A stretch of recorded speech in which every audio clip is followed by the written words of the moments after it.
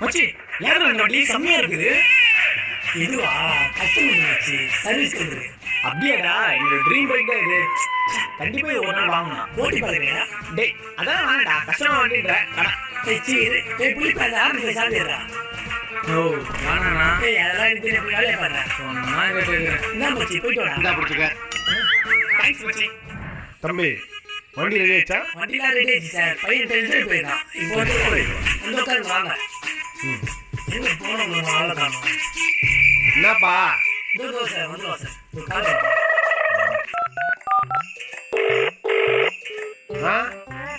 டிரைவிங்ல என்ன நினைக்கிறேன் sir. Phone இல்லை வந்துடுவான். Auto auto. வந்துடுவான் சார். ஐயோ எங்க போயிட்டாங்கன்னு தெரியலையே.